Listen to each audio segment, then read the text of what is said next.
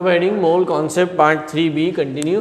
हमने part 3B में stoichiometry में देखा था there are 3 type of stoichiometry, mass stoichiometry, mass volume stoichiometry and volume stoichiometry. These are such type of question.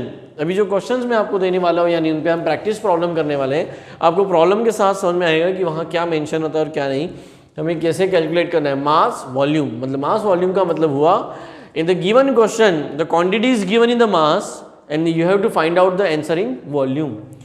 ठीक है, one case either they will give you in volume and you have to find out in mass.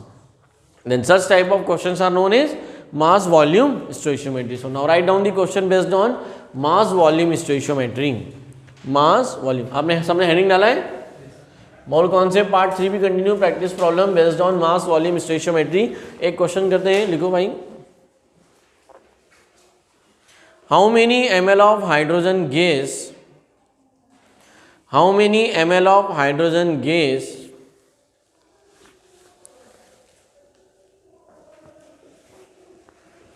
at STP released when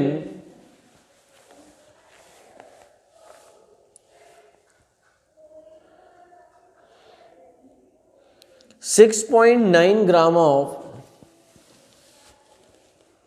sodium drop in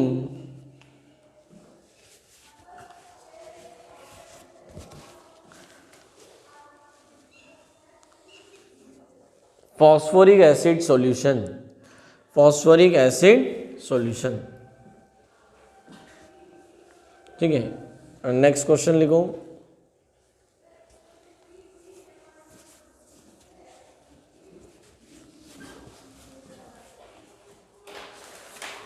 when hydrogen and oxygen gas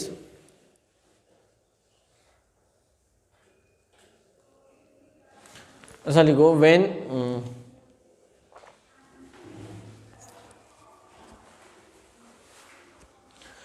180 gram of hydrogen gas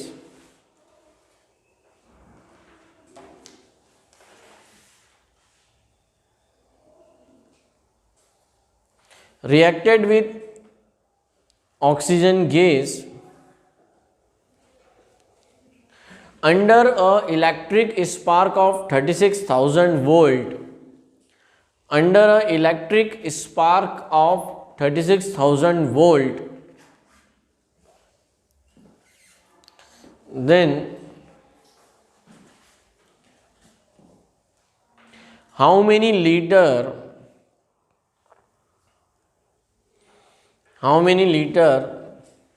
water will be produced,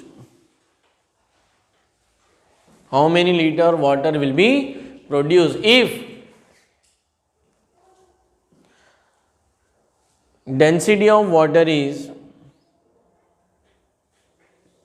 1 gram per centimeter cube, 1 gram per centimeter cube. लिखा भाई। So these are the question based on mass volume stoichiometry. Now put up heading question based on volume stoichiometry. Questions based on volume stoichiometry.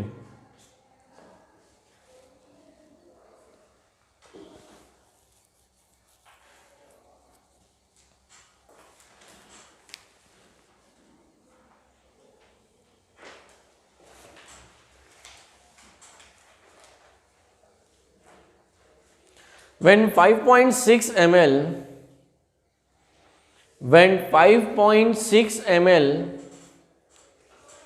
pure CNG gas, when 5.6 ml pure CNG gas undergoes combustion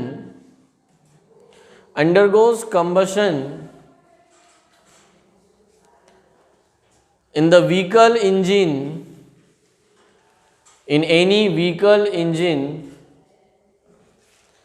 then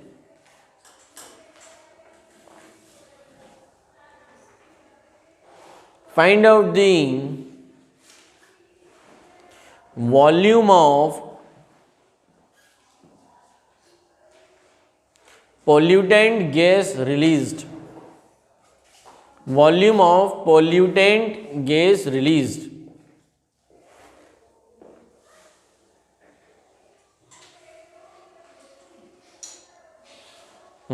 ठीक है। सो ये 3 questions हैं, है ना। मैं आपको पूरा इन 3 question का 1 बाय 1 करके पूरा प्रोसेस कैसे बनाना है। No, come to the question number 1, solution of question number 1 which is based on mass volume stoichiometry. क्या क्वेश्चन दिया है आपको शीट में, वो मुझे बताओ भाई।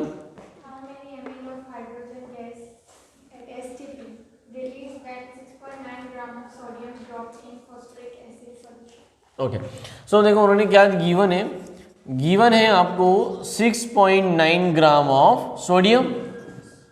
ओके, और इसे क्या करा, फॉस्फोरिक एसिड में ड्रॉप कर दिया, मतलब गलती से गिर गया है, आपने उसको ऐड किया है। तो सोडियम कौन है, मेटल, मतलब मेटल की कौन से रिएक्शन करानी है, एसिड से रिएक्शन करानी।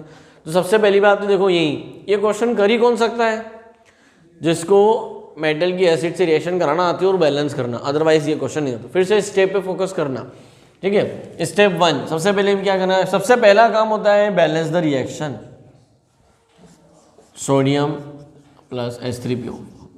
अब अगर आप ऐसा न्यूमेरिकल एग्जाम में करने जा रहे हो और आपको मालूम पड़ा कि प्रोडक्ट बनाना ही नहीं आता, आपको उसका फॉर्मूला ही गलत लिख रहे हो, तो ऐसे स्टूडेंट इस टाइप के न्यूमेरिकल्स बिल्कुल नहीं कर सकते। इसलिए आपके पहले रिएक्शन पे बहुत कमांड हो जाना चाहिए।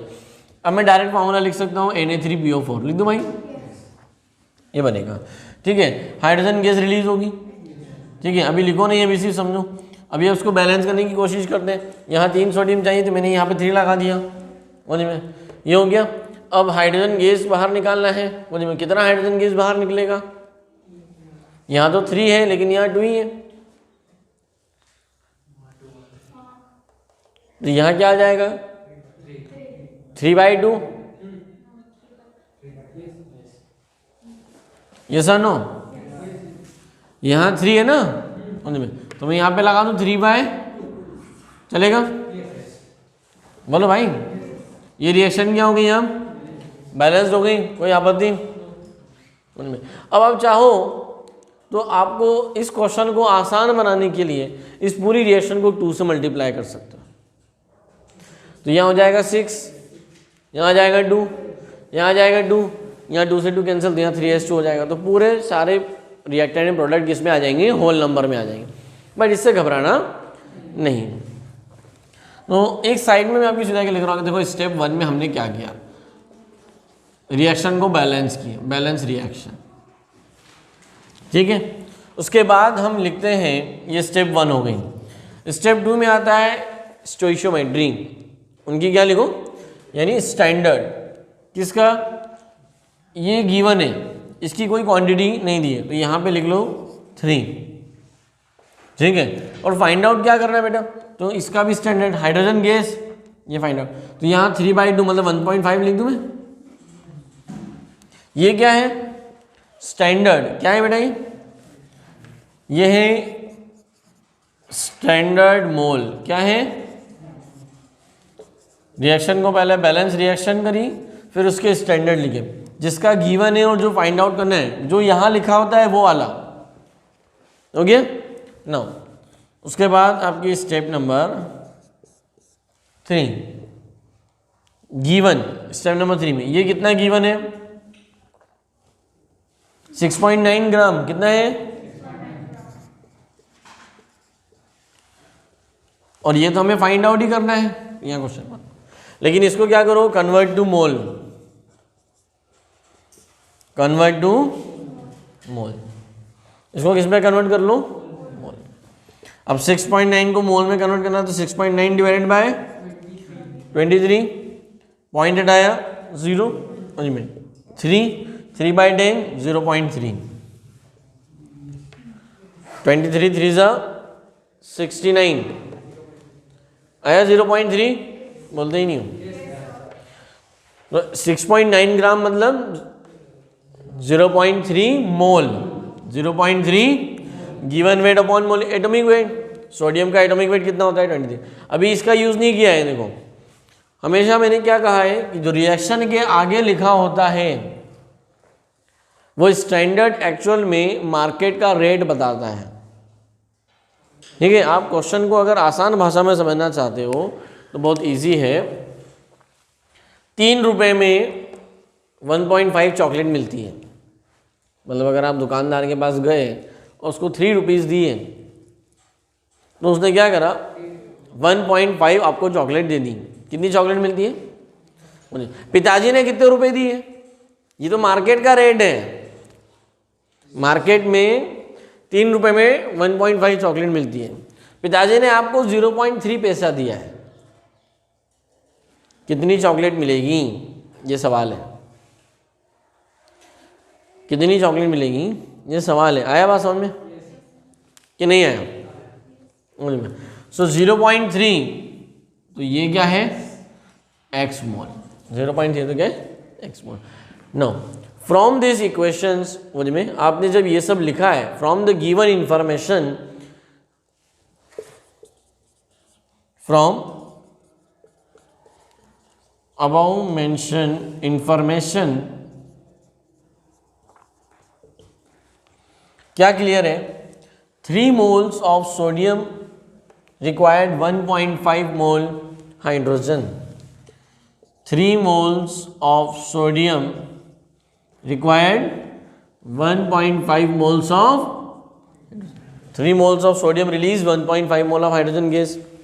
So 0.3 mole of sodium release x moles of hydrogen gas. अब इस x को फाइंड आउट करने के लिए क्या करोगे? तो क्या आ जाएगा आपका आंसर? ये हो जाएगा ये 0.3 इंटू 1.5 डिवाइडेड बाई 3। नहीं आया समझ में? समझ में? आपका आंसर आएगा 0.15।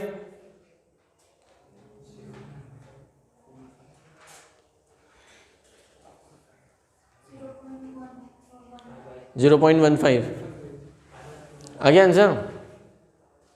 मैथ्स वाले कौन है? आंसर आया कि नहीं?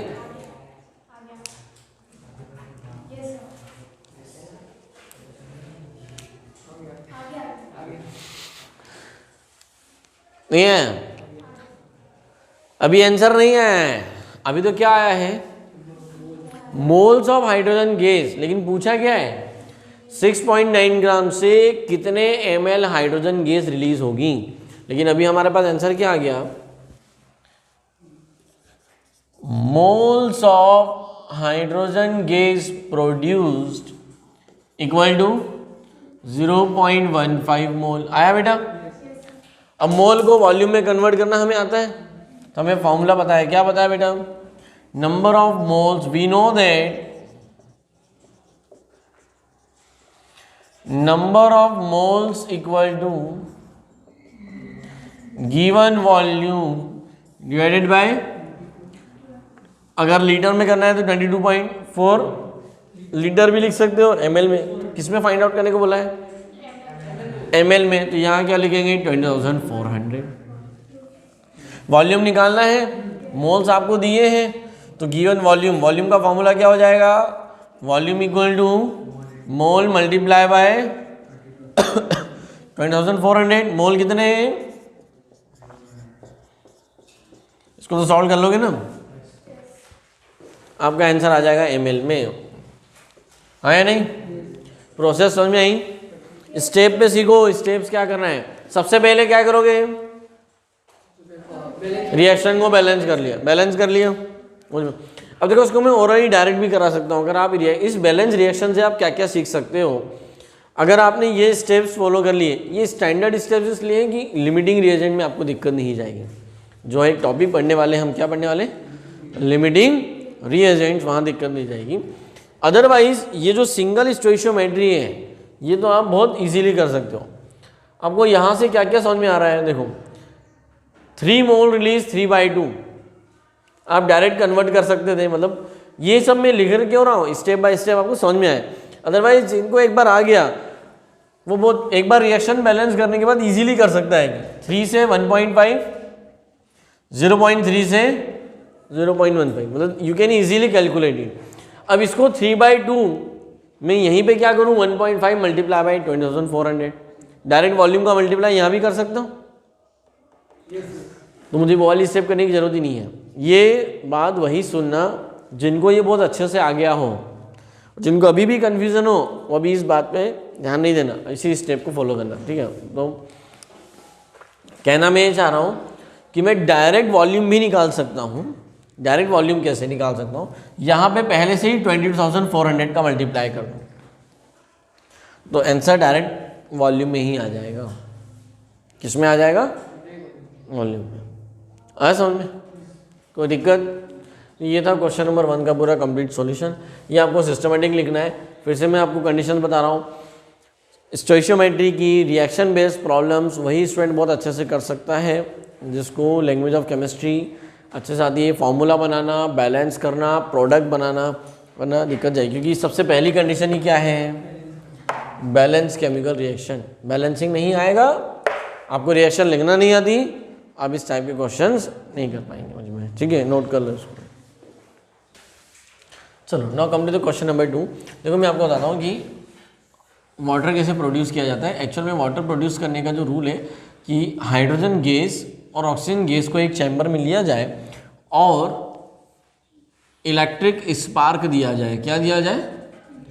इसको बैटरी के प्लस से इसको बैटरी के माइनस से कनेक्ट कर दो, मतलब बहुत हैवी वोल्टेज है, और ये वायर को यहाँ पे कनेक्ट करते जाओ। तो वो जो इलेक्ट्रिक स्पार्क होता है ना, उस मतलब हाइड्रोजन गैस की वजह से तार को चिपका के जो इलेक्ट्रिक स्पार्किंग की जाती है, अगर ऐसी स्पार्किंग की जाए तो हम क्या कर सकते हैं? वाटर प्रोड्यूस कर सकते हैं। तो वाटर को बनाना बहुत आसान है, दिखना बहुत आसान है समझ में, लेकिन बहुत हैवी वोल्टेज चाहिए। क्या चाहिए? ऐसा नहीं कि आपने वो आपकी मोबाइल की बैटरी निकाली या रिमोट की बैटरी निकाली और उसी से वाटर बनाने का प्रोडक्शन का कारखाना शुरू हो गया, तो ऐसा कार्यक्रम नहीं है। तो इसकी रिएक्शन क्या होती है?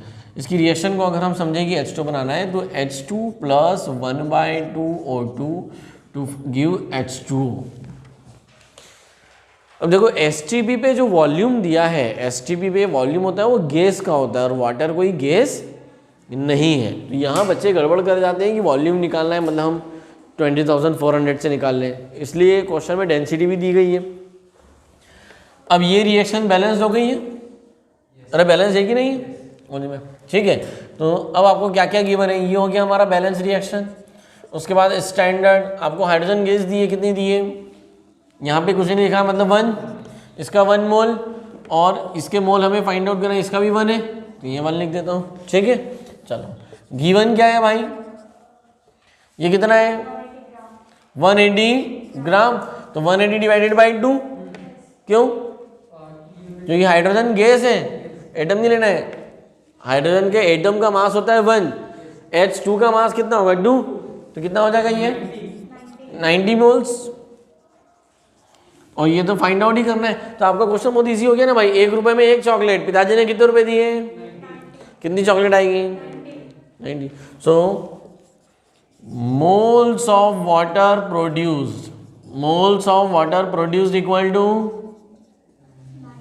90 मोल्स। अब क्या करते हैं, ध्यान से देखो भाई बालक बालिकाएं, volume equal to mole into, बच्चे ये वाला फॉर्मूला यहीं अप्लाई कर देते हैं। ये फॉर्मूला सिर्फ गैस पर अप्लाई होता है। किस पे अप्लाई होता है? आया समझ में? और किसी पे अप्लाई नहीं होगा। तो अभी ये 90 मोल्स है, 90 मोल्स को एक घूंघट सोनी ना, इसको संभालना मतलब वो क्या है? वायर को सिर्फ वो होते हैं पल्लू संभाले। तो moles of water produce 90 moles. Weight of water produce कैसे निकालेंगे? 90 मल्टीप्लाई बाय 18 कर दूं क्या? अब देखते हैं किसको अच्छे से टेबल आती है, मैथ्स वाले।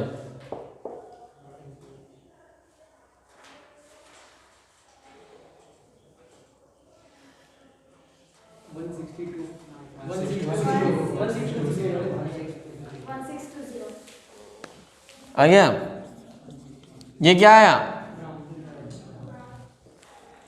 लेकिन डेंसिटी कितनी दी है? गिवन क्या है बेटा? Density of water equal to 1 gram per centimetre cube. और ये 1 सेंटीमीटर क्यूब इक्वल टू क्या होता है, यूनिवर्सल है भाई, लिख लो 1 सेंटीमीटर क्यूब इक्वल टू होता है 1 ml। समझना ध्यान से, अरे लिखो अभी समझो। मैंने एक वेसल बनाया, क्या बनाया, एक में वेसल बना रहा हूँ, वेसल समझ में आता है ना, वेसल का और इजी लैंग्वेज बर्तन, ठीक है। तो 1 सेंटीमीटर की लेंथ, 1 सेंटीमीटर की ब्रेड और 1 सेंटीमीटर की हाइट का क्या बनाया हमने, एक बर्तन बनाया। बताओ उसमें कितना पानी आएगा, कितना आएगा, नहीं है समझे। आज सबके घरों के ऊपर क्या होगा, वो ऊपर वाला नहीं, वाटर टैंक क्या है, वाटर टैंक है ना। उस वाटर टैंक की क्या है लेंथ, उसका ब्रेड और उसका हाइट आप मेजरिंग टेप से निकाल लो। लेंथ और ब्रेड तो निकालोगे, हाइट के लिए उसको ऐसा डीप करके निकाल लेना। समझ में आया मैं क्या बताना चाह रहा हूँ। ये लेंथ हो गई, ये ब्रेड हो गई, और वो जितनी गहराई है वो गहराई क्या है, उसकी हाइट है। अब उन तीनों को मल्टीप्लाई कर दो, आप ये निकाल लोगे कि उस वाटर की कैपेसिटी कितनी है, टैंक की, उस टैंक में कितना पानी आ सकता है। तो ऐसे ही किया साइंटिस्टों ने, 1 सेंटीमीटर की लेंथ का, 1 सेंटीमीटर ब्रेड और 1 सेंटीमीटर की हाइट का एक वाटर टैंक बनाया और उसमें पानी भरा, तो कितना आया वो 1 ml। उसी को क्या बोला गया उन्होंने, 1 ml। तो 1 सेंटीमीटर के क्यूब में, 1 सेंटीमीटर के क्यूब में जितना पानी आता है उसे 1 ml कहते हैं। ये 1 ml की डेफिनेशन है। बात समझ में आई क्या, 1 सेंटीमीटर क्यूब इक्वल टू, तो अब इसको सेंटीमीटर को मीटर, डेसीमीटर किसी में भी कन्वर्ट कर करके निकाल सकते हो ना, अरे निकाल सकते हो कि नहीं। तो एक क्वेश्चन लिखो, क्या लिखो, फाइंड आउट करके आओगे, find out the relation between 1 decimetre cube and डेस लीटर। 1 डेसीमीटर क्यूब और लीटर में क्या करोगे, इंटरनेट से नहीं फाइंड करना है, बिना इंटरनेट के फाइंड कर सकते हो तो करना खुद का दिमाग लगाकर, क्योंकि आपको क्या पता है, deci, centi, milli, micro, nano सब पढ़ा है आपने भाई। तो 1 decimetre cube equal to how many litre. बहुत प्यारा क्वेश्चन है, किसी को छीलना हो ना, समझ में आया, समझ में ना, मतलब जो सिर्फ सरकारी स्कूल में पढ़ाता होगा वो ये इस क्वेश्चन में भी उलझ जाएगा, है ना, उनमें आया भाई। अरे मेरी बात सुन, तो 1 ग्राम पर सेंटीमीटर क्यूब मतलब 1 ग्राम पर ml बेटा। और देखो यही वाटर का चमत्कार है कि वाटर का जितना ml होता है उतना ही ग्राम होता है। नहीं आई बात समझ में, वाटर का जितना ml होता है उतना ही ग्राम होता है, जितना ग्राम होता है उतना ही ml होता है। ऐसा सिर्फ वाटर के साथ होता है, किसी और दूसरे लिक्विड के साथ नहीं होता। नहीं समझे। अगर मैं मार्केट गया और 1 लीटर वाटर लेकर आया, कितना, 1 लीटर की वाटर बॉटल लेकर आया बेटा, उसे अगर मैं वेइंग बैलेंस पे रखूंगा तो वेइंग बैलेंस 1 किलोग्राम शो करेगा। कितना करेगा, 1000 ग्राम या 1 किलोग्राम। समझ में आया, समझ में, मतलब 1 लीटर इक्वल टू 1000 ग्राम, वो हमें बात समझ में आ रही है। लेकिन मैं मार्केट गया और 1 लीटर हनी समझता ना, शहद, वो लिखा, 1 लीटर हनी को अगर मैं वेइंग बैलेंस पे रखूंगा तो कितना दिखाएगा, क्योंकि उसकी डेंसिटी बहुत ज़्यादा होती है, वो आपको 2-2.5 किलो के आसपास दिखाएगा। नहीं समझे, है तो वो भी 1 लीटर ही, लेकिन वेइंग बैलेंस कितना दिखा रहा है, उससे ज़्यादा नहीं समझे, उसकी डेंसिटी क्या है, ज़्यादा है। तो हर लिक्विड की डेंसिटी अलग अलग होती है। डेंसिटी समझ में आ रही है, डेंसिटी क्या बताती है कि उसका 1 ml कितने ग्राम के बराबर है। इसका 1 ml 1 ग्राम के बराबर है। मान लो अगर मैंने शहद के लिए ऐसा बोल दूं, सपोज थोड़ी देर के लिए, कि 3 ग्राम पर ml, तो अब बताओ 1 लीटर शहद का वॉल्यूम वेट कितना हो जाएगा, 3 किलोग्राम, 3000 ग्राम हो जाएगा ना। फटाफट देखो छोरिया, फटाफट, आजकल सब इंटेलिजेंट लोग हैं, आया कि नहीं, 3 ग्राम पर ml, 1 ml 3 ग्राम, तो 1 लीटर मतलब 1000 ml, 1000 मल्टीप्लाई बाई 3। अब इतना समझाने की जरूरत नहीं है, इतना आया, वो क्वेश्चन से बाहर चला गया, आउट ऑफ सिलेबस चला गया उन्हीं में। अभी क्वेश्चन पे आ जाओ, ये क्वेश्चन आया समझ में कि नहीं आया? तो आंसर क्या आया? ml, 1620 ml।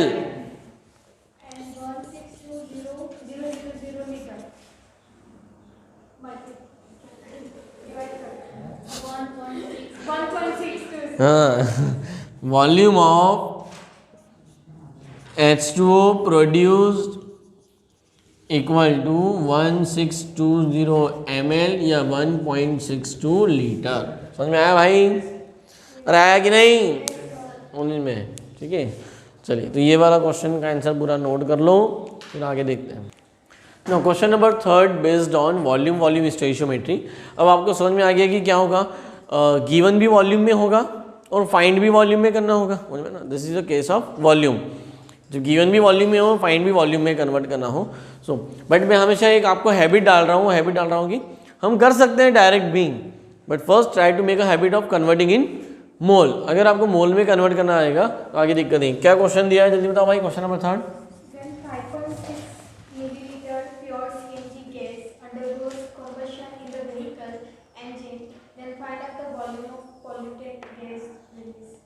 सो ये जो वॉल्यूम दिया है, मतलब ये जो मीथेन गैस का जो वॉल्यूम है ये एसटीपी पे है, वहाँ मेंशन नहीं है, लेकिन ये लिख लेना है ना, एट एसटीपी। क्वेश्चन में आप ना all conditions are at STP. STP का मतलब standard temperature and pressure. So pure CNG मतलब मीथेन। अब ये क्वेश्चन तो आप इजीली कर सकते थे, CH4 plus O2 to form CO2 plus H2O। तो भाई इसमें गैस कौन है? एक ही है, CO2 ही गैस है बस, H2O तो कौन है? लिक्विड है। अब मीथेन गैस है, ऑक्सीजन गैस है, रिएक्शन को बैलेंस कर लें जरा। तो यहाँ कितना हो जाएगा? 2H2 हो जाएगा। तो यहाँ पे कितना आ जाएगा जल्दी बताओ भाई? 2O2 हो गया। चलो, अभी उन्होंने क्वेश्चन में क्या पूछा है आपसे? पॉल्यूशन कौन करता है? CO2 ही करता है, मतलब इसका पूछा है ml, ठीक है। कुछ नहीं, इसके आगे 1, इसके आगे 1। बहुत इजी क्वेश्चन है भाई। ये हो गई बैलेंस रिएक्शन। स्टैंडर्ड लिख लें, स्टैंडर्ड में यहाँ लिख लो 1 मोल और यहाँ लिख लो 1 मोल, हो गया। गिवन किस में है बेटा? 5.6 ml, और ये तो हमें फाइंड आउट करना है, इसलिए क्वेश्चन मार्क। कन्वर्ट टू मोल, मैं भी मोल में कन्वर्ट करके सिखा रहा हूँ। सो 5.6 डिवाइडेड बाय 22,400, ठीक है। सॉल्व कर लेते जरा भाई इसको, ये 10 हो गया।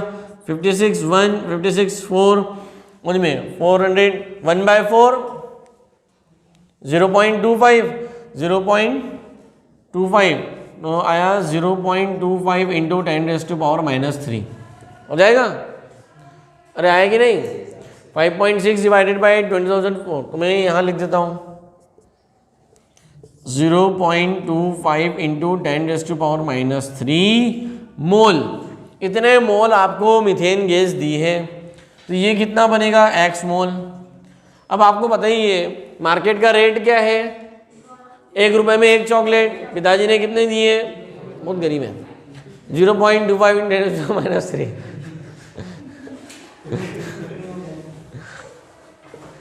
अब दुकानदार देगा क्या? ठीक है, लेकिन बहुत सस्ती दुकान है भाई, 1 रुपये में 1, है ना। बहुत पुराना ज़माना है ये, है ना। आजकल का ज़माना बोल गया 1 रुपये लेके जाओ दुकान पे 5 रुपये दे के आपको भेज देगा वो चलो, तो ये भी क्या आएगा बेटा? So moles of carbon dioxide produced equal to 0.25 into 10⁻³ volume निकालना सिखाया ना। Volume of carbon dioxide produced equal to, formula क्या है? मोल मल्टीप्लाई बाय 20,400, बोलते ही नहीं हो। सो 0.25 मल्टीप्लाई बाय 10⁻³ मल्टीप्लाई बाय 20,400। अब इसको तो सॉल्व कर सकते हो ना? अरे कर सकते हो कि नहीं? मुझे सो 0.25, अभी आप खुद ही ध्यान से देखो कि 56 डिवाइडेड बाय 20,400 इसकी जगह आया था ये, तो मैं इसको यहाँ पे डायरेक्ट ऐसे लिख दूँ ना 56 डिवाइडेड बाई 20,400, तो ये 400 से 400 कैंसिल हो जाएगा, तो आंसर क्या आ जाएगा 56 ml। कैलकुलेशन इजी हो गई ना मतलब ये निकालने का जरूरत ही नहीं था, उसको ऐसे ही छोड़ देना चाहिए था। नहीं आया समझ, बोलते ही नहीं हो, नहीं आया।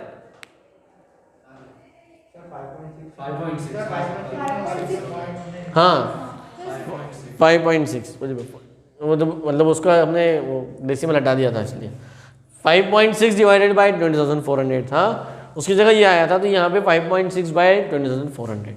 क्लियर है मैंने, आया समझ में कि नहीं आया? तो आंसर क्या है 56 और 5.6 ml क्या है।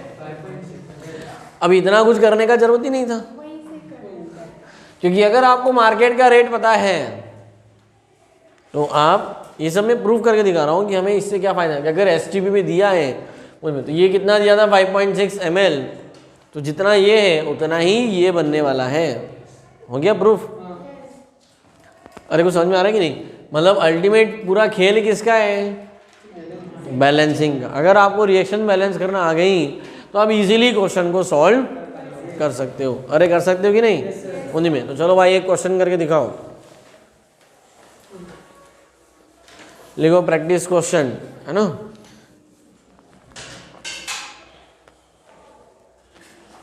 रिवाइज किया और रिएक्शन, बार बार रिएक्शन लिखो, प्रैक्टिस करो, है ना।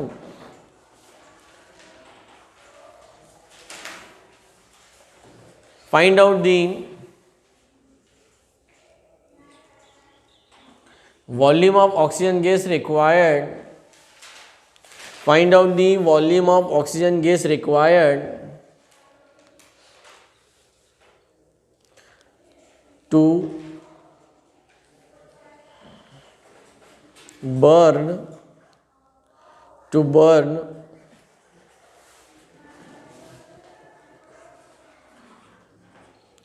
4,800 gram of methane gas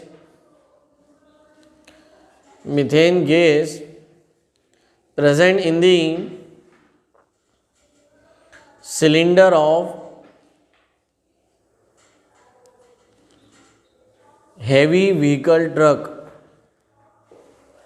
heavy vehicle truck। ये फर्स्ट क्वेश्चन है। सेकेंड क्वेश्चन लिखो,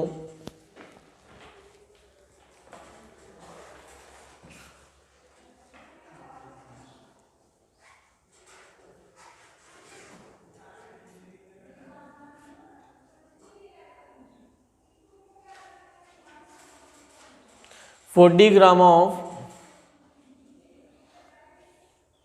calcium carbonate on thermal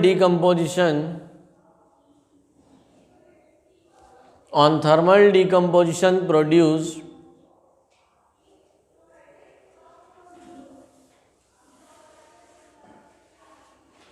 how many gram of ash, Aishwarya नहीं है ना, ठीक है। तो कितनी ग्राम एश प्रोड्यूस होगी। नेक्स्ट क्वेश्चन लिखो,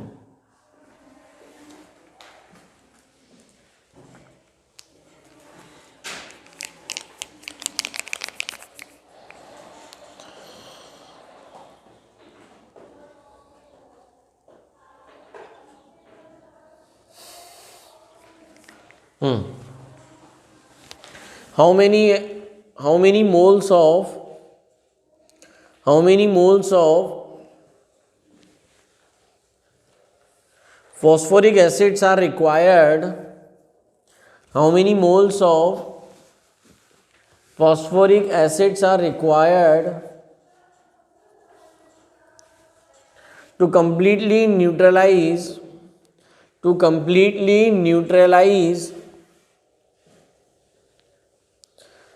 2400 decigram सोडियम हाइड्रोक्साइड। कितने क्वेश्चन हो गए? 3। तो ये तीनों क्वेश्चन अभी के अभी सॉल्व करना है और इसमें ठीक है, समय शुरू होता है अब। प्रैक्टिस प्रॉब्लम्स थे, प्रॉब्लम बेस्ड ऑन स्टोइशियोमेट्री पे प्रॉब्लम बेस्ड है। हमने सबसे पहला क्वेश्चन देखते हैं इसका, जो फर्स्ट क्वेश्चन दिया था उन्हीं में पढ़ लो एक बार बेटा, जोर से फटाफट जल्दी से। Find out the volume of oxygen gas required to burn 4800 gram of methane gas present in the cylinder of heavy vehicle truck. Okay, so methane gas के कंबशन की रिएक्शन है CH4 प्लस O2, अगेन बना लेते हैं CO2 plus 2H2, reaction को balance कर दें। Reaction balance हो गई। अब फटाफट देख लेते हैं आपको ये कितना दिया है मीथेन। मीथेन कितना दिया है? 4800 ग्राम, ग्राम में दिया है समझ में। सो 4800 ग्राम डिवाइडेड बाय 16 क्यों? मोलेकुलर वेट, मोल निकालूंगा ना। So number of mole equal to कितने आ जाएंगे भाई? 300। चलो एक रुपए में कितनी आती है? 2 चॉकलेट। ऐसा क्यों? उन्होंने प्रोडक्ट नहीं पूछा, क्या पूछा है? इसे जलाने के लिए कितनी ऑक्सीजन गैस की आवश्यकता है। मतलब सिलेंडर में, इंजन में देखो वहाँ पे एक एयर पाइप छुटा हुआ होता है, कभी देखा है? अरे बाइक में, मोपेड गाड़ी में देखो एक एयर पाइप होता है जो इंजन में क्या सप्लाई करता है? ऑक्सीजन सप्लाई करता है। अगर आप ऑक्सीजन सप्लाई बंद कर दोगे तो पेट्रोल जलेगा ही नहीं, बर्न नहीं होगा, गाड़ी स्टार्ट ही नहीं होगी, चालू ही नहीं होगी, चलेगी नहीं अगर एयर सप्लाई इंजन में नहीं होगी। तो वो यही कह रहा है कि जो एक ट्रक है उस ट्रक के सिलेंडर में कितनी मीथेन गैस है? 4800, मतलब 300 मोल। उसे पूरा जलाने के लिए कितने मोल ऑक्सीजन गैस की आवश्यकता है? कितने मोल ऑक्सीजन गैस की आवश्यकता है? बड़ी बात समझ में आई? तो देखो ये जो गिवन था सिस्टमेटिक कर देता हूँ मैं, स्टैंडर्ड लिख देता हूँ ताकि सब देखने वालों को समझ में आए। स्टैंडर्ड 1, ये 1 मोल, ये 2 मोल, ये दिया है और ये पूछा है, इसलिए जिसका जो दिया होता है, जो पूछा जाता है उसी का स्टैंडर्ड लिखा जाता है, बाकी इसका कोई मतलब नहीं है। स्टैंडर्ड गिवन, ये गिवन है 4800 gram, given weight divided by molecular weight. Methane का मोलिकुलर वेट 16, 12 प्लस 4 16, कार्बन का 12, हाइड्रोजन का 1 इंटू 4 4, तो समझ में आ जाएगा भाई। सो ये हो गया, ये तो हमें फाइंड आउट ही करना है। मोल की भाषा में कितना हो गया? गिवन मोल, तो ये हो गया 300 मोल और ये फाइंड आउट करना है। अब यहाँ से आपका रिलेशन मत हो गया सिंपल, 1 रुपए में 2 चॉकलेट, 1 रुपए में पिताजी ने कितने दिए? 300, अमीर हो गए। कितनी चॉकलेट आएगी? 600। आंसर आ गया 600 मोल्स ऑफ ऑक्सीजन गैस। अब अगर मोल आ गया तो आप इसको किसी में भी कन्वर्ट कर सकते हो, वॉल्यूम में कन्वर्ट कर सकते हो, ml में कन्वर्ट, ml लीटर में, हाँ या नहीं? इसको मल्टीप्लाई कर दो 20,400 से, किस में आंसर आ जाएगा? ml में। नहीं आया क्या समझ में? ग्राम में भी कर सकते हैं कि नहीं? इसको मल्टीप्लाई करो 32 से तो ग्राम में आंसर आ जाएगा। तो किस में बोला था answer? So volume of oxygen gas, volume of oxygen gas required equal to 600 multiply by 22,400 ml, ये आंसर आएगा। अरे बोलते ही नहीं हो, आया क्या समझ में? ये कितनों का सही है? मोल्स तक आ गया था आंसर, मोल्स तक कितनों का आ गया था? 1 2 3 4, इधर नहीं आया, ध्यान नहीं है। हंसी मजाक पे ध्यान मत दो, वो तो इसलिए कि वो एनर्जी बूस्टर होता है, ठीक है? थोड़ा सा हंस लिए बैटरी रिचार्ज हो गई, ठीक है? तो मालूम पड़ा कि वहाँ पे 1 से 4 में बीच में 1.5 घंटा तो सो रहे थे। चलो next question. 40 gram of calcium carbonate on thermal decomposition produce how many gram of H? बोलिए मैं, चलो कैल्शियम कार्बोनेट के थर्मल डिकम्पोजिशन की रिएक्शन पढ़ा चुका हूँ मैं, ठीक है? पुराने नोट्स में देखो, इसको हीट करेंगे तो बनेगा कैल्शियम ऑक्साइड, ये सॉलिड होता है, और कार्बन डाइऑक्साइड ये गैस, जो सॉलिड होता है उसी को बोलते हैं ऐश, ठीक है? ये उसकी राख है इसको जलाने पे। अब उन्होंने बोला है इसके आगे कुछ नहीं लिखा है मतलब 1, इसके आगे कुछ नहीं लिखा है मतलब 1, तो स्टैंडर्ड लिख दें। स्टैंडर्ड है 1 मोल से 1 मोल, अरे बोलते ही नहीं हो, 1 मोल से 1 मोल है नहीं, मतलब 1 रुपए में एक चॉकलेट। पिताजी ने कितने रुपए दिए, निकालना पड़ेंगे। ये रुपए नहीं है, वो तो ग्राम है। ठीक है, रुपए में कन्वर्ट करने का फॉर्मूला क्या है, given weight upon molecular weight. So moles कितने हैं बेटा,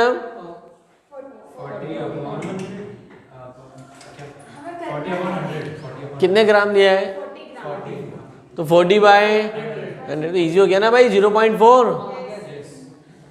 तो ये 0.4 तो ये भी 0.4, 0.4 multiply by molecular wait 56, 0.4 multiply by 56 नहीं है। चलो कितनों को समझ में आ रहा है,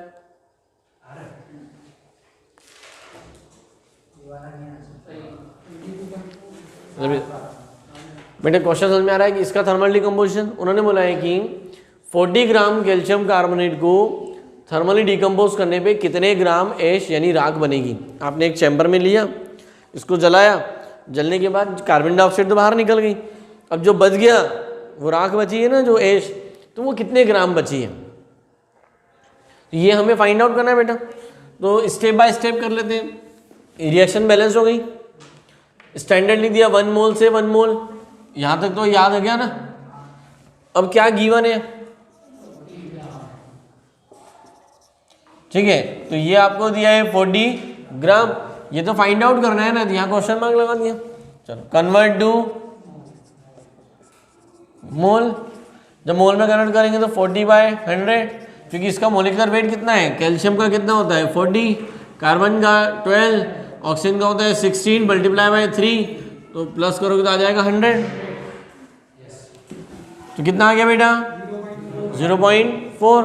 अब 0.4 मोल से ये कितना बनेगा x, मान लिया x, तो हमें फाइंड आउट करना है। अभी बहुत सिंपल हो गया ना, 1 रुपये में, मतलब इसको मैं ऐसा लिख सकता हूँ ना, 1 mole CaCO3 equal to 1 mole calcium oxide.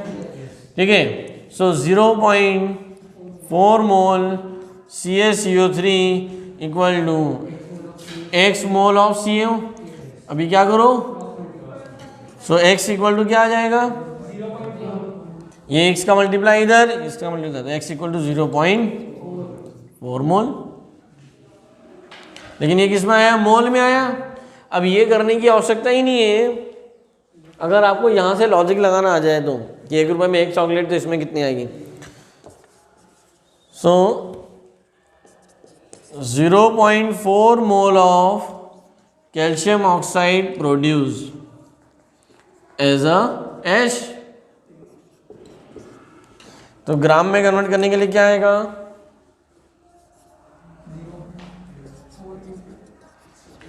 Wait of calcium oxide produced equal to number of mole multiply by molecular weight. किसका, कैल्शियम ऑक्साइड का मोलिकुलर वेट, और कैल्शियम ऑक्साइड का मोलिकुलर वेट कितना होता है 40 + 16 इक्वल टू 56। सो 0.4 को 4/10 लिख दूं, 4/10 मल्टीप्लाई बाय 56। अभी ये क्या 5.6 मल्टीप्लाई बाय 4 2.24 22.4 सॉरी 22. अरे आया क्या आंसर, क्या आया, ग्राम। क्या आया, मतलब अगर आपने एक चैम्बर लिया, ठीक है, एक बॉक्स लिया, उसमें इतने ग्राम कैल्शियम कार्बोनेट लोगे और उसको जलाओगे तो 22.4 ग्राम राख नीचे बच जाएगी। आई क्या बात समझ में, क्वेश्चन आया कि नहीं समझ में।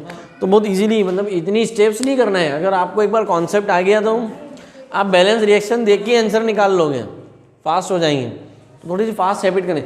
ये सब में स्टेप बाय स्टेप कब तक करना है, जब तक सही करना नहीं आ जाए। जहाँ आपका कॉन्सेप्ट लगाना आ गया, आपको इतनी जरूरत नहीं, फटाफट रिएक्शन देखिए और इजीली करने बैठ जाओगे। आए समझ में, समझ में। चलो नेक्स्ट क्वेश्चन, ये लिख लिया है, पहले दोनों लिख लो, थर्ड करते हैं। Practice problem question number 3 neutralisation reaction पे है।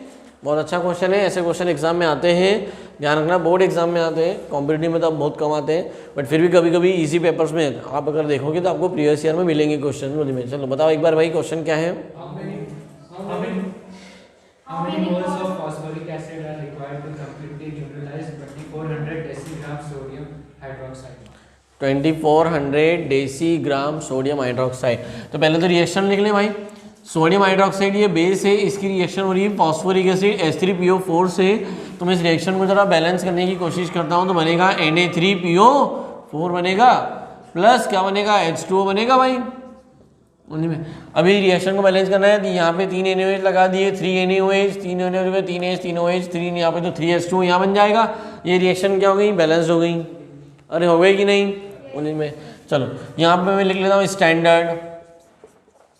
स्टैंडर्ड से मुझे मार्केट का रेट पता चल गया कि 3 मोल और 1 मोल, क्योंकि उन्होंने क्या दिया है, ये गिवन है और ये पूछा है, ये गिवन है और ये पूछा है, इससे कोई मतलब है ही नहीं। ठीक है, तो अब क्या गिवन है, NaOH कितना दिया है भाई, 2400 डेसीग्राम। अब डेसी क्या होता है, 10⁻⁻1, तो 2400 इंटू 10⁻⁻1 ग्राम, ये मैंने कन्वर्ट कर लिया ग्राम में, डिवाइडेड बाय मोलिकुलर वेट मतलब 40। ठीक है, 10⁻⁻1 नीचे आ गया, तो ये 1 0 कैंसिल हो गया। ठीक है, ये 0 0 तो 4 गया, तो यानी कितने हो गया, 6 मोल। ठीक है, तो 6 मोल को कितना घुमा फिरा के दिया। ठीक है ना, डायरेक्ट 240 ग्राम में तो दे सकते थे, तो क्या दिया 2400 डेसीग्राम। होशियार है सब। ये क्या आया, बस हो गया खत्म। 3 रुपए में पिताजी ने कितने दिए, अरे आया कि नहीं, चॉकलेट खरीदना आया ना। मुझे में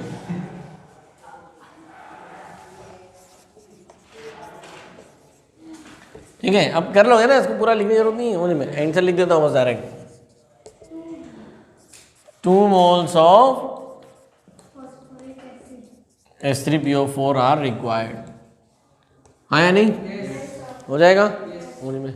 चलो ठीक है, सो ये एक स्टेप बाय स्टेप, मतलब आपको सारा ध्यान से देखोगे तो अभी तक जितने भी क्वेश्चन किए उनमें कोई भी एक क्वांटिटी आपको दी जाती थी और एक पूछा जाता था।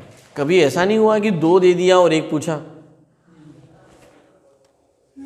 कोई बात समझ में आ रही है, एक गिवन होता था और एक ही फाइंड होता था। इसको बोलते हैं बहुत इजी कैटेगरी वाले क्वेश्चन, यानी फर्स्ट कैटेगरी के, फर्स्ट स्टेप के। ठीक है, जहाँ बहुत इजी होता था कि हम एक्स गिवन और एक्स का फटाफट रिलेशन निकाल के हमारा काम इजीली हो जाता। तो आप इस यहाँ पे जैसे अगर आप इस रिएक्शन को ऐसा भी कर सकते थे, अगर ये क्वेश्चन करना हो कि ये कितना मोल दिया है निकाल लो, 6 मोल दिया है, तो 6 लाने के लिए क्या करना पड़ेगा, इसको 2 से मल्टीप्लाई करना पड़ेगा। जैसे इसको 2 से मल्टीप्लाई करो तो ऑटोमेटिक यहाँ भी 2 आ जाएगा, तो आपका आंसर डायरेक्ट 2 आ जाएगा। अरे मतलब हम रिएक्शनों में चेंज करके भी आंसर ला सकते हैं। जैसे मैं यहाँ पे ये आंसर 0.4 है, तो अगर ये 0.4 है तो इस पूरे इक्वेशन को 0.4 से मल्टीप्लाई करो, आंसर आ गया 0.4। ठीक है, यहाँ जो मोल है उस मोल से इस पूरी रिएक्शन को क्या कर दो, मल्टीप्लाई कर दो। पहले रिएक्शन को बैलेंस कर दो, फिर गिवन के जितने मोल हैं उस मोल से पूरी रिएक्शन को क्या करो, मल्टीप्लाई कर दो। नहीं है समझे, देखो ये वाला ये मेथड दिखता बहुत इजी है, लेकिन कहाँ दिक्कत देगा, जब 2 से ज़्यादा गिवन होंगे। ठीक है, 2 क्वांटिटी अगर गिवन, उसे कहते हैं हम लोग लिमिटिंग रिएजेंट। समझ में, तो अब हम स्टार्ट कर सकते हैं एक नया टॉपिक, लिमिटिंग रिएजेंट। यहाँ तक आप सबको क्लियर है, इसमें कोई दिक्कत की और प्रैक्टिस की ज़रूरत है, कोई और क्वेश्चन प्रैक्टिस करना है या आगे शुरू करें। बोलिए मैं, चलो। Now put up a wonderful topic of the mole concept, limiting reagent. क्यों दिया गया, what is the importance of limiting reagent in a mole? मुझ में to understand it, it's very essential to understand this topic with the help of some questions. ठीक है। हम कुछ questions लिखते हैं, क्वेश्चन में आपको प्रॉब्लम समझ में आएगा, इसका इंपॉर्टेंस समझ में आएगा, है ना। 3 ऐसे क्वेश्चन हैं जिन्हें मैंने एक बेस बना रखा है। उन बेसिक क्वेश्चंस को अगर आपने कॉन्सेप्ट को क्लियर किया, है ना, आपको इसका रोल, इसकी आवश्यकता किस टाइप के क्वेश्चन में है, that you will get some idea about it. समझ में। So now write down the question, limiting reason heading डाल दो। मुझ में अभी इसकी डेफिनेशन है सब लिखवाऊंगा, पहले इस पे बेस्ड प्रॉब्लम सिखा रहा हूँ। ऑटोमेटिक आपको फिर क्या आ जाएगी, इसकी डेफिनेशन भी आने लगेगी और कॉन्सेप्ट भी क्लियर होने लगेगा। लिखो क्वेश्चन, लिखो first.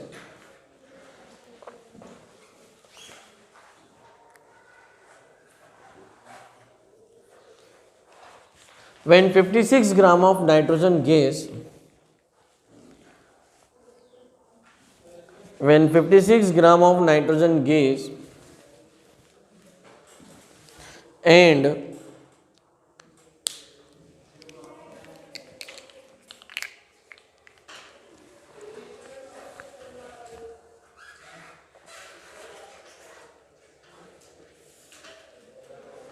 120 gram of hydrogen gas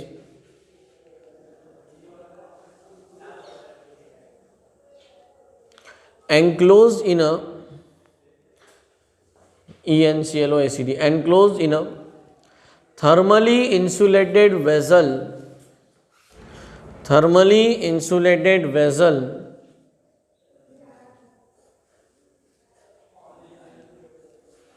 for the formation of ammonia gas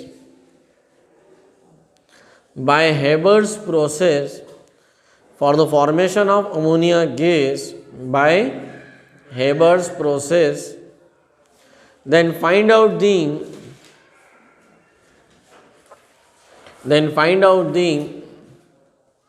number of moles of ammonia gas produced. Find out the number of moles of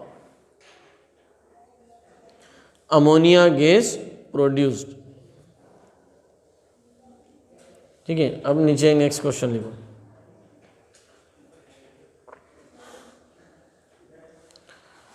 लिखो next question. When 56 gram of nitrogen gas reacts with hydrogen gas in a closed vessel,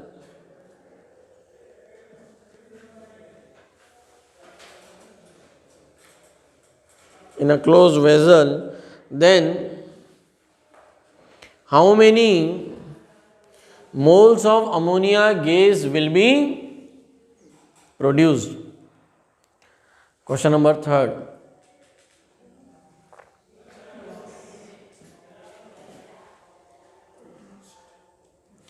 When 120 gram of hydrogen gas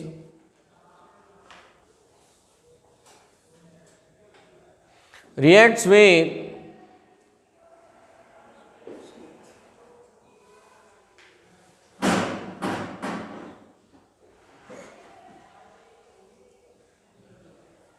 nitrogen gas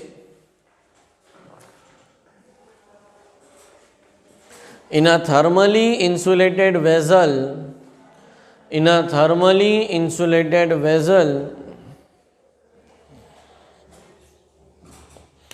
then how many moles of ammonia gas will be produced?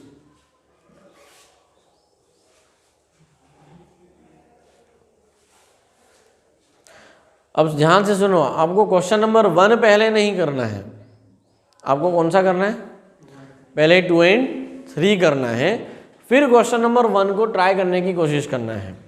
ठीक है। तो question number 1 जब try करेंगे तो वो आप rough में करेंगे, लेकिन 2 and 3 तो कर सकते हैं। ठीक है। 2 and 3, तो पहले क्वेश्चन नंबर 2 करो, क्वेश्चन नंबर 3 करो, उसका सॉल्यूशन, उसके बाद क्वेश्चन नंबर 1। ठीक है। ओके।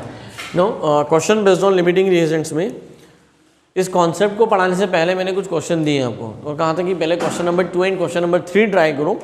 मैं पहले क्वेश्चन नंबर 2 और क्वेश्चन नंबर 3 बताता हूँ, फिर आपको समझ में आएगा कि क्वेश्चन नंबर 1 क्या कहता है, है ना। लेकिन 2 और 3 के बाद 1 अगर ट्राई नहीं किया होगा तो नहीं आएगा, इसलिए ट्राई करना जरूरी था, है ना। तो पहले क्वेश्चन नंबर 2 देखते हैं। क्वेश्चन नंबर 2, हेबर्स प्रोसेस आपको पता होना चाहिए, N2 + 3H2 to form 2NH3 ammonia. ये है अमोनिया बनाने की हेबर प्रोसेस। इंडस्ट्री में आज भी अमोनिया इससे बनाया जाता है, इसको हेबर्स प्रोसेस कहते हैं, ठीक है। तो ये रिएक्शन आपको मैंने पहले ही बताई है, ये याद भी कराई कि हमको ये याद होना चाहिए। अब क्वेश्चन नंबर 2 में क्या गिवन है बताओ भाई। When 56 gram of nitrogen gas reacts with hydrogen gas in a closed vessel, how many moles of ammonia gas will be produced? Okay now देखो बहुत इजी क्वेश्चन है। आपको नाइट्रोजन दिया है और अमोनिया फाइंड आउट करना है, मतलब एक ही गिवन है और एक ही फाइंड आउट करना है। It's very easy. ये कितना दिया है 56 ग्राम, ठीक है, और ये फाइंड आउट करना है। अब 56 ग्राम को मोल में कन्वर्ट कर लो, ये गिवन है, कन्वर्ट टू मोल। मोल में कन्वर्ट करते तो 56 डिवाइडेड बाई 28 2, क्योंकि नाइट्रोजन N2 का मोलिकुलर वेट 28 होगा, नाइट्रोजन का 14, N2 का 28, तो ये आ गया 2। अब मैंने क्या कहा था कि जो भी गिवन हो उस मोल से पूरी इक्वेशन को मल्टीप्लाई कर दो, 2 से मल्टीप्लाई कर दिया, 2 6 2 4, तो आंसर क्या आ गया आपका 4 moles of ammonia gas will be produce. Answer क्या आया 4 मोल्स ऑफ अमोनिया प्रोड्यूस, ये आ गया आंसर। और आप इसे जो अपनी चॉकलेट वाली मेथड है उससे भी कर सकते हो, 1 रुपये में 2 रुपये में, तब भी आंसर आ गया। दोनों केसेस में आप आराम से निकाल सकते हो।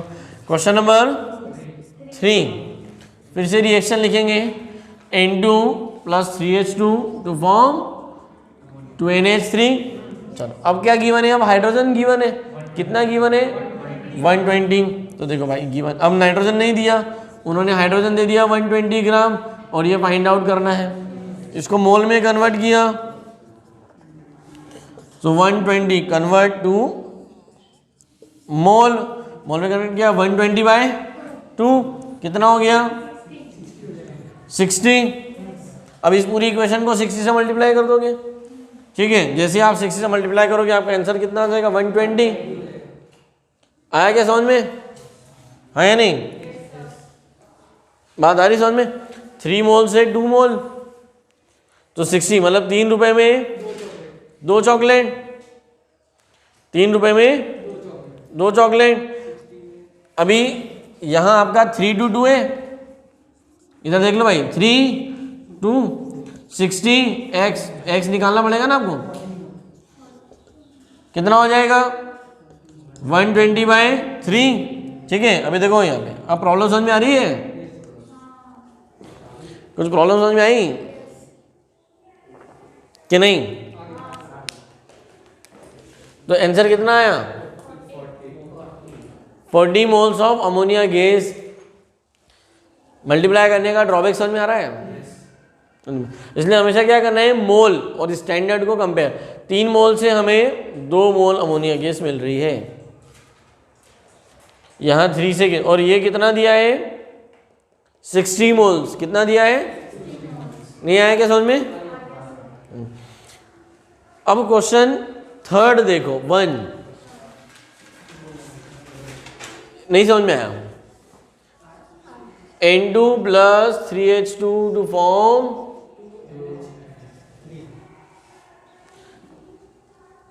इसका स्टैंडर्ड लिख ले 1 3 2, गिवन क्या है। अभी इस क्वेश्चन में ये भी दिया है और ये भी दिया है, ठीक है, यहीं पे भूल जाए। ये कितना दिया है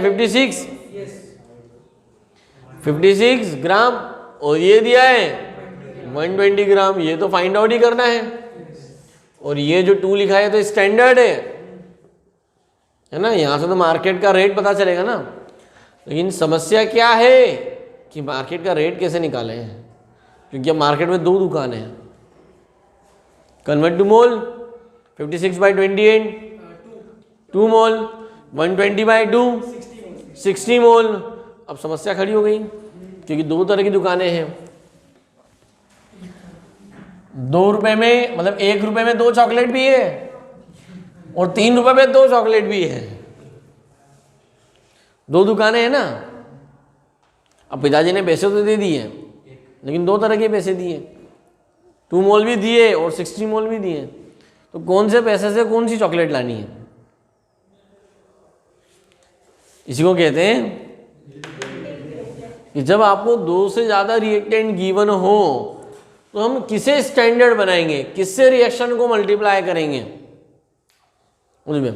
तो कई सारे टीचर्स, ठीक है, बहुत सारे जो नॉर्मल लोकल बोर्ड टीचर्स होते हैं वो ये डेफिनेशन पढ़ा देते हैं, that reagent of a reaction which is in limited quantity is known as limiting reagent. पहला, कई बार कुछ टीचर्स लिखाते हैं a that reagent of a reaction which has less number of moles is known as limiting reagent, जबकि ये दोनों ही definition correct नहीं है। देखो क्वांटिटी में देखोगे तो इसकी क्वांटिटी कम है और इसकी क्वांटिटी ज़्यादा है। नेक्स्ट, अभी इतना समझ में आया? दूसरा, मोल में देखोगे मोल तो इसके मोल कम, इसके मोल ज़्यादा। तो हमें कौन लिमिटिंग रिएजेंट का काम करेगा, which will act as a limiting reagent. So limiting reagent की जो एग्जैक्ट डेफिनेशन है वो क्या कहती है, आप आराम से समझना है इस क्वेश्चन को।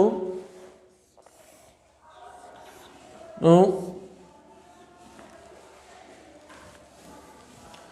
1 मोल नाइट्रोजन को 3 मोल हाइड्रोजन चाहिए, समझना भाई। ये है एक बॉल जो नाइट्रोजन को रिप्रेजेंट करी और ये डॉट किसको रिप्रेजेंट कर रहा है? हाइड्रोजन। ठीक है, इस एक बड़ी बॉल के अंदर ये 3 छोटे डॉट अंदर आ जाते हैं। इस एक बॉल के अंदर ये 3 डॉट आ जाते हैं। ये रिलेशन यही बता रहा है, 1 मोल को कितने चाहिए? 3 मोल। बात समझ में? आपके वेजल में ये कितने हैं?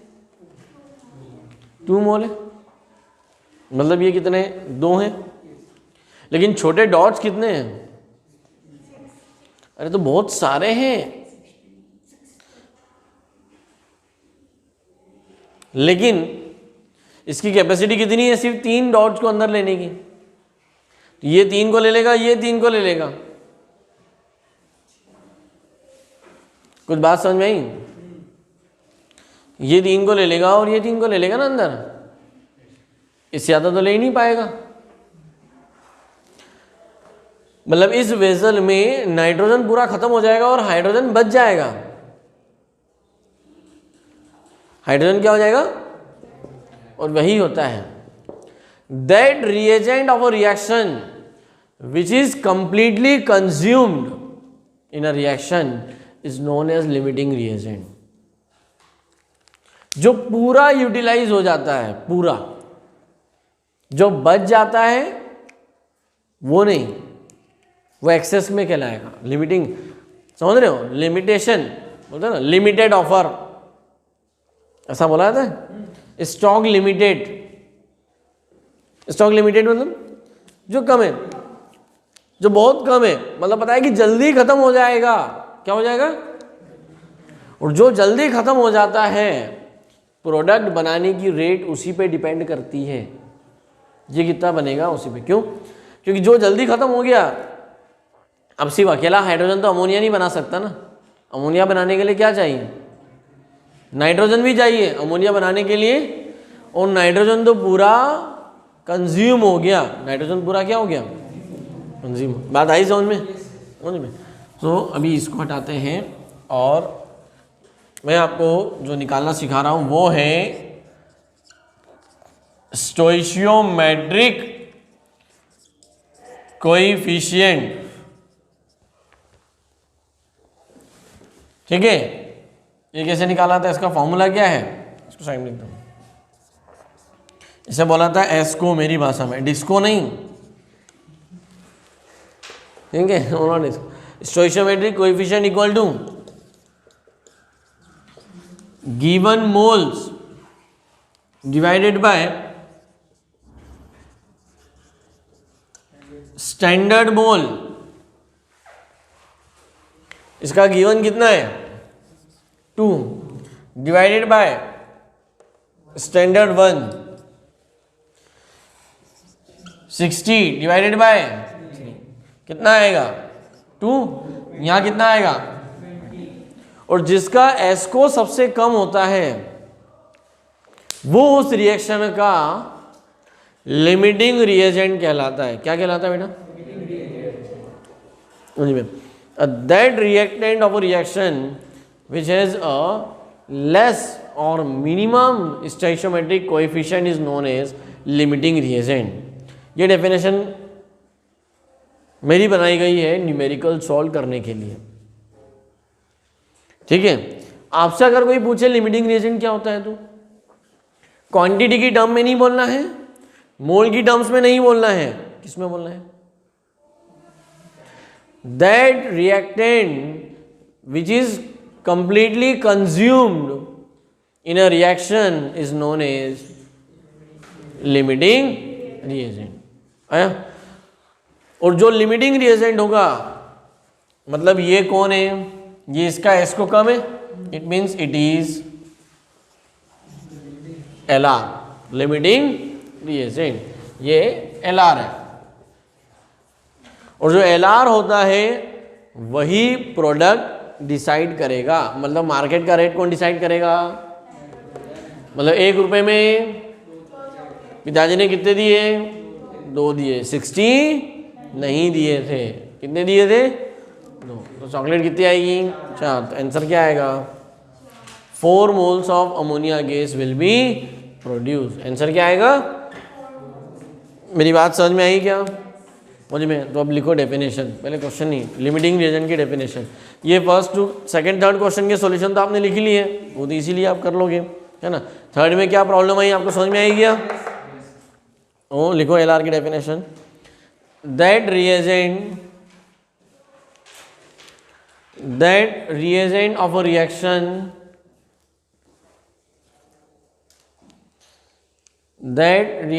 of a reaction which is completely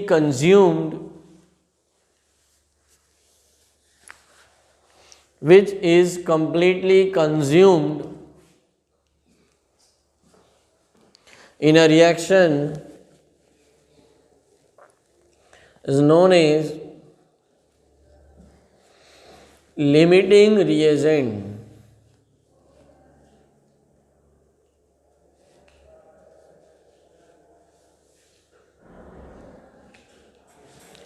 limiting reagent of that reaction, ठीक है। उसके बाद नीचे पैराग्राफ चेंज करके लिखो, मतलब नेक्स्ट लाइन से एक पॉइंट बनाकर,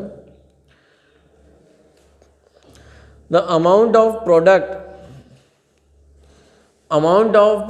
produced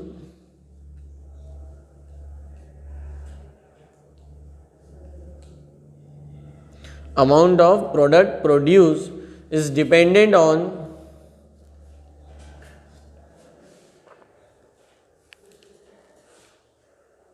limiting reagent,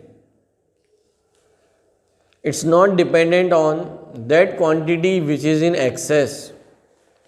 amount of product produced is dependent on limiting reagent, not on that product, not on that reactant which is in excess quantity।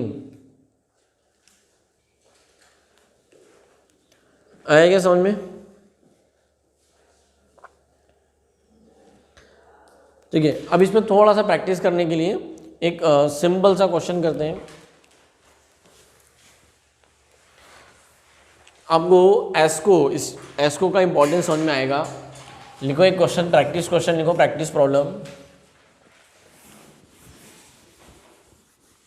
Problem लिखो। For a given reaction, ऐसा लिखा। अब पहले reaction देख लो क्या है भाई। 5A + 6B to produce 4C, ये एक रिएक्शन है, कोई भी एक रिएक्शन है ना। 5A + 6B to produce 4C, तो लिखो ऐसा, रिएक्शन लिख लो। रिएक्शन लिखी। अब लिखो, if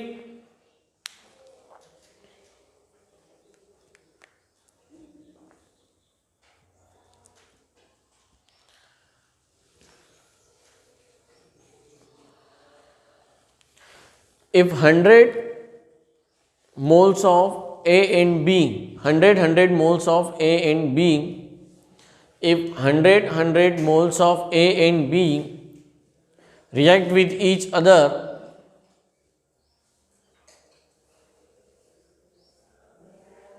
then how many moles of C will be produced?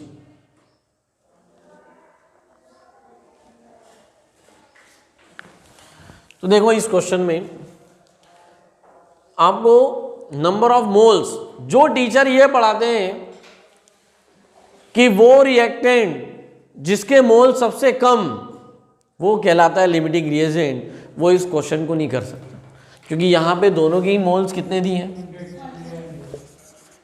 ए भी कितना है 100 है और बी भी कितना है 100। आपको पता है मार्केट का रेट 5 रुपए में 4 चॉकलेट, पहली वाली दुकान, दूसरी दुकान क्या बोलती है 6 रुपए में 4 चॉकलेट। हमें तो ये देखना है कि एक्चुअल में कितनी चॉकलेट आएगी, मतलब सी कितना बनेगा, बट ए बनाएगा कि बी बनाएगा ये इस बात पे डिपेंड करता है कि एल आर कौन है। तो एल आर निकालने का फॉर्मूला क्या है, पहले क्या निकालो एस को, ठीक है, जरा सा डिस्को, तो वो एस को निकालेंगे, क्या आएगा 100/5, 100/6, 100/6 क्या आएगा, छोटा आएगा, ठीक है, डिवाइड करने की जरूरत ही नहीं है ना, 100/6, क्योंकि इसका काम क्या है, इसका रोल सिर्फ ये फाइंड आउट करना है कि कौन एल आर है। उसने बता दिया कि ये एल आर है भाई, ये एल आर है, तो आपको मार्केट का रेट पता चल गया ना कि ये वाली दुकान काम की नहीं, ये वाली दुकान 6 रुपए में 6 रुपए में 4, तो 6 tends to 4, 100 tends to x, x निकाल लो भाई, x क्या आएगा, x इक्वल टू 400/6, इतना तो कर ही सकते हो ना, 66.6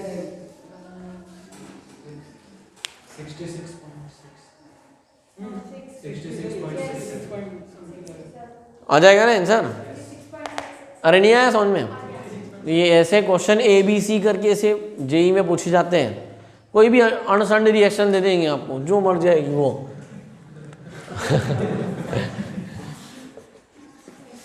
जैसे x + y + z + p + q, मतलब ऐसा बोलेंगे ऐश्वर्या प्लस माधुरी प्लस वो जी में कोई सी भी रिएक्शन दे देंगे, वो जी में ऐश्वर्या प्लस माधुरी प्लस वो जी में और क्या कैटरीना इक्वल टू सलमान खान, वो जी में, तो वो उन्होंने प्रोडक्ट दे दिया, वो जी में बताओ तीनों आपस में रेट करेंगे सलमान खान कितना प्रोड्यूस होगा, वो जी में कुछ भी दे देंगे x y z करके उनमें, और इनके मोल्स भी दे देंगे। बहुत अच्छे अच्छे क्वेश्चन बनाते हैं इसके ऊपर वो लोग, और जिन्होंने पढ़ा ही नहीं होगा उनको लगेगा बोले कौन सी रिएक्शन है, हमने तो कहीं पढ़ी नहीं, उसके लिए रिएक्शन नहीं पढ़ना है, क्या पढ़ना है, कॉन्सेप्ट सीखना है। क्या सीखना है, लिमिटिंग रिएजेंट का एलआर पे प्रैक्टिस करो, ठीक है। और अगर आपने थोड़ी सी एलआर पे अच्छे से प्रैक्टिस करी, देखो ये है, यहाँ पर आपका मोल कॉन्सेप्ट पार्ट 3B पूरा फिनिश हो जाता है। पार्ट 4 में लिमिटिंग रिएजेंट्स पे प्रैक्टिस आएगी, में लिमिटिंग रिएजेंट प्रैक्टिस प्रॉब्लम्स, उसका मतलब मल्टीपल उसके ऊपर different types of problem based on limiting reagent, और पार्ट 5 तो आपको पढ़ा रखा है उनमें। तो इट मीन्स देखा जाए एनसीईआरटी के हिसाब से आज आपका फर्स्ट चैप्टर फिनिश हो जाता है, मोल कॉन्सेप्ट यहाँ पे फिनिश हो जाता है। सिर्फ एक प्रैक्टिस और कराना है, तो प्रैक्टिस आप जितनी करेंगे अच्छा रहेगा, मैं तो कराऊंगा ही, लेकिन आप खुद से प्रैक्टिस करोगे एलआर लिमिटिंग रिएजेंट के ऊपर तो ज़्यादा बेटर होगा उन्हीं में, ठीक है। तो इस तरह के क्वेश्चन पे प्रैक्टिस करो।